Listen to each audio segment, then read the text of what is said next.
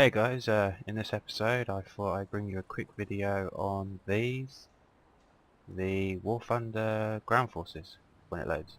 Ta-da!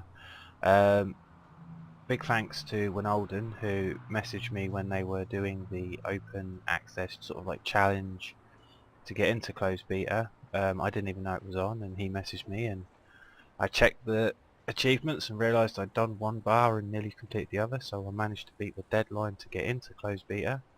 And yeah, so now I have access to the closed beta. I can now bring you some ground force videos. Obviously, because it's still in, closed beta, and they're still adding stuff and changing stuff. They haven't added the full tech tree yet, so you've only got the Germans and the Russians, but you've got quite a lot to choose from, really, enough to keep you busy. You've got obviously your Panzers, your tigers, your king tigers, and your leopards, and also your panther tank, which I'm looking forward to sort of like this area. At the moment I'm working on the Panzer III, because it looks to me like the first proper tank. You have your Stugs, you have your flat panzers, which I've seen absolutely rip aircraft to pieces in games, which is always nice. And then in the Russians you have, when it loads, this is your reserve, your T-26. I haven't really played the Russians, so I haven't unlocked much. I've nearly got the T-28. I was never really into, World of Tanks, so I don't know most of these tanks really, so I couldn't say this is better than the World of Tanks version or this is worse than the World of Tanks version, because I could not get on with that game.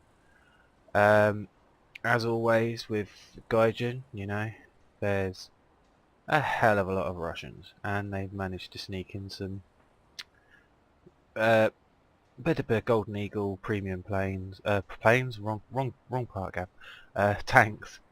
So they're always making money off us.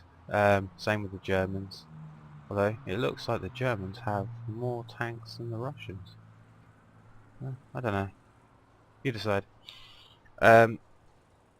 The main worry I had for ground forces was if you're running a lower end PC, maybe the terrain would slow the machine down, but on my crappy old PC I'm still averaging 30 to 40 frames on the ground, so that's all good on sort of high settings. I've got some game footage to show you now, and I'll explain more as we're playing the game. Right guys, here's me in my Panzer II. Don't ask me why I've got snow camouflage. I unlocked it and I thought, ooh, let's try that out. And then it puts me in a woodland map and I stand out like a bulldog bollock. First thing you notice is just, wow, look at the graphics. I mean, this was recorded on, I believe, medium settings, that's why there's not much grass terrain. But compare it to, say, World of Tanks that I've played, that game was slow or clunky, whereas this one, you can see the tanks bouncing, the suspension working. Yeah, just the detailing is amazing and it runs really smooth. This is my second game, so I'm still getting a feel for the game. And yeah, I getting the feel of it, working out what's what, obviously working out the buttons, and yeah, just trying not to die basically, because in this game you don't see the enemy. If you see the enemy, 9 times out of 10 it's too late, they've already shot at you. And there, me being a noob, I think I shot at a friendly, but he got killed anyway before I did any damage, so I got away with that one. As you see there's a Stuka, so there was friendly planes flying around, and Stuka on your side is always nice and handy to have on station. Basically with ground forces, from what I've noticed from playing it, you just want to be so cautious and just look around you. If you've played other military simulator games, say like Arma 2 for instance, and you've used tanks a lot and you've got pretty good at them, basically use those tactics. That's what I found. Find cover, move almost like an infantryman, move from cover to cover, and you know, only take the shot when you have to. Don't just sit there blasting away, because unlike some games where you get unlimited ammo, these tanks run out. As you can see, I think that's a flak panzer shooting at somebody. Somebody behind that rock.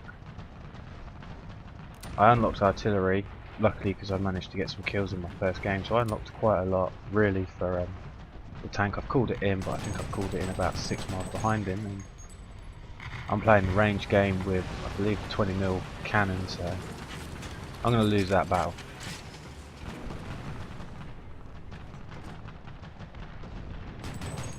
Just pumping rounds down the range, undamaged there, bouncing. This cannon really just doesn't have the guts at range. But the good thing about War Thunder now is, you know, it credits you for assists properly, so you can still earn XP and lions from, you know, getting some cheeky hits on people. The other thing I've noticed, obviously, is the speed of the tanks and how they cross terrain. They're a little bit slow going up some, you know, gradients of hill. You'd think the tanks should power up it, but it comes to an almost standstill. But if you play games like Arma 2 or any of the previous Armas or other military games that have, you know, armoured units in them, you get used to the vehicles just suddenly stopping when they see a slight anthill.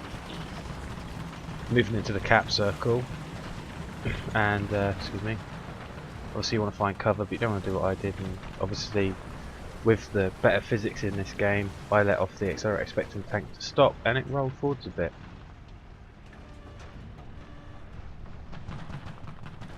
But you want to position yourself sort of like where you can't get hit and flanked, but can also cover an area. I was counting on the other guy in the cap circle to protect my left side, so all I had to worry about was my right side and front. And I see people getting shot up over there, so I call in another artillery strike. Just working out where the circle is. That's one thing that is very difficult on this game, is calling in artillery, but I'm guessing, you know, practice makes perfect.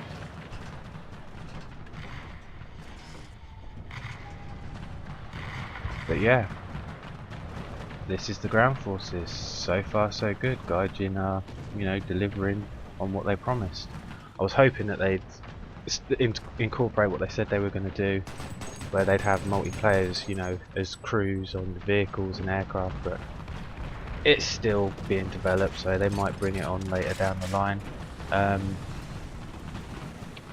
promise you the ground forces videos will get better once I start unlocking stuff and getting better at the game, and I'll bring you some Russian footage as well. I've got to grind those because I want to obviously, you know, get the most out of the beta as I managed to get into it. But yeah, overall big thumbs up for ground forces. Obviously if you want to get into ground forces you can still buy your way in. I believe it costs £10 or £20, something like that. So if you can't wait for tanks and you want to join in, then yeah, you can go that way. Oh shit, I'm on fire. Oh. Yeah, managed to put the fire out.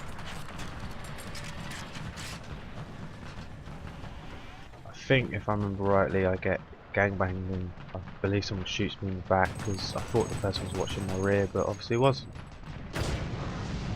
But yeah guys, if you like this video, I know it's not the best video I've done and I will get better, I promise. Please like, comment and subscribe, and as always guys, I'll catch you later.